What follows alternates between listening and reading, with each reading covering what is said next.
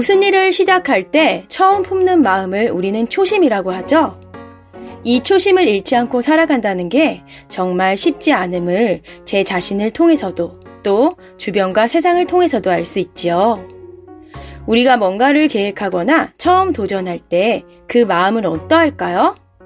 잘해보고 싶은 마음, 인정받고 싶은 마음, 또 변화에 대한 두려움 등등 여러 감정을 만나게 되죠.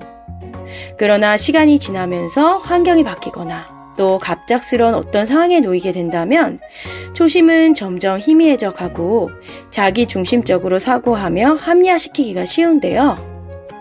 초심을 생각하니 제 지인 중 한 분이 떠올랐어요.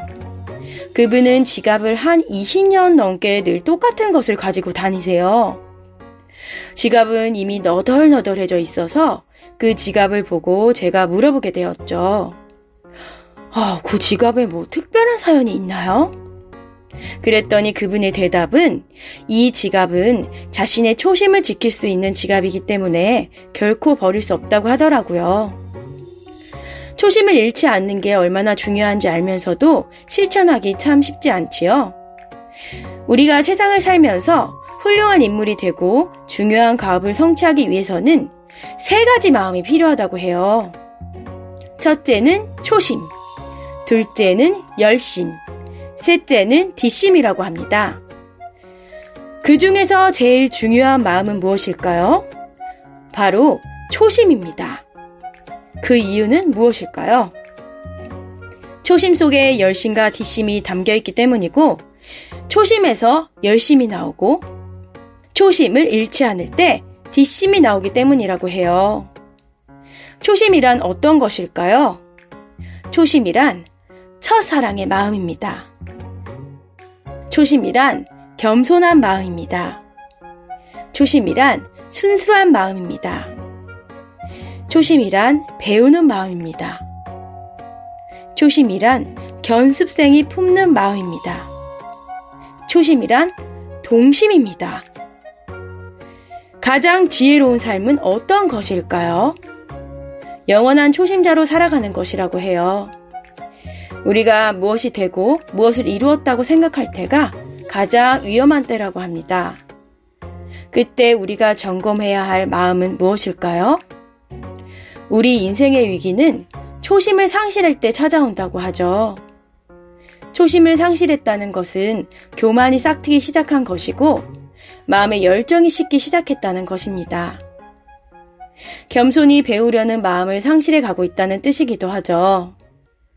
오늘은 그 너덜너덜해진 지갑을 생각하며 나는 초심을 잃지 않기 위해서 어떤 노력을 하고 있는지 생각해 보았습니다. 안녕하세요. 이야기꽃 고사성어 아인입니다. 오늘의 한자 성어는 바로 초지일관입니다.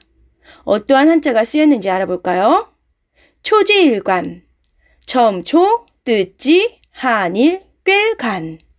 처음 품은 뜻을 하나로 꿰다는 뜻으로 처음에 세운 뜻을 끝까지 밀고 나가는 것을 이르는 말로 쓰이죠. 처음에 세운 뜻을 이루려고 끝까지 밀고 나가는 마음이 있어야 뭐든 이룰 수 있는 기초가 된다는 것이겠죠. 한자 성어에 일이간지라는 말이 있는데요. 한일, 써이, 꿰간, 갈지자를 쓰는 한자어로 하나로서 그것을 꿰뚫었다라는 뜻입니다. 이 말은 공자가 제자에게 말한 데서 유래하였다고 해요. 먼저 위령공편에서 공자가 말하기를 사야, 너는 내가 많이 배워서 그것을 모두 기억하는 줄로 아느냐? 이에 자공이 대답하기를 그렇습니다. 아닌가요, 스승님? 공자가 대답하기를 아니다. 난 하나로 깰 뿐이다. 라고 하였습니다. 논어에서 이 공자의 말을 명확하게 이해한 제자는 증자뿐이었다고 해요. 그것은 2인편에 나오는데요. 증자가 다시 말하기를 선생님의 도는 충과 서일 뿐이다. 라고 하였대요.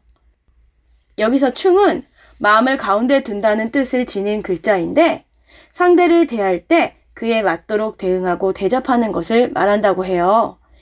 즉 남편은 부인을 대할 때 부인의 지위에 맞도록 대해야 충이고 아내는 남편을 대할 때 남편의 지위에 맞도록 대해야 충이라고 합니다. 여기서 선은 다른 사람의 마음을 자기의 마음과 같이 생각하는 일이고, 속에 있는 마음인 충이 밖으로 나타날 때 서로 나타나게 된다고 하죠. 즉, 일이간지는 공자의 사상과 행동이 하나의 원리로 통일된다는 뜻이고, 충성과 용서가 곧 인을 달성하는 길이라고 생각한 거죠. 일이간지와 관련이 가장 깊은 말이 바로 초지일간인데요. 처음에 세운 뜻을 끝까지 밀고 나가는 것을 이르는 말로 지금까지 쓰이고 있죠. 요즘같이 변화무쌍한 시대에 초지일간한 자세로 살아간다는 것이 결코 쉽지만 않은 세상이지만 그럼에도 초지일간의 중요성을 느끼며 살고 있습니다.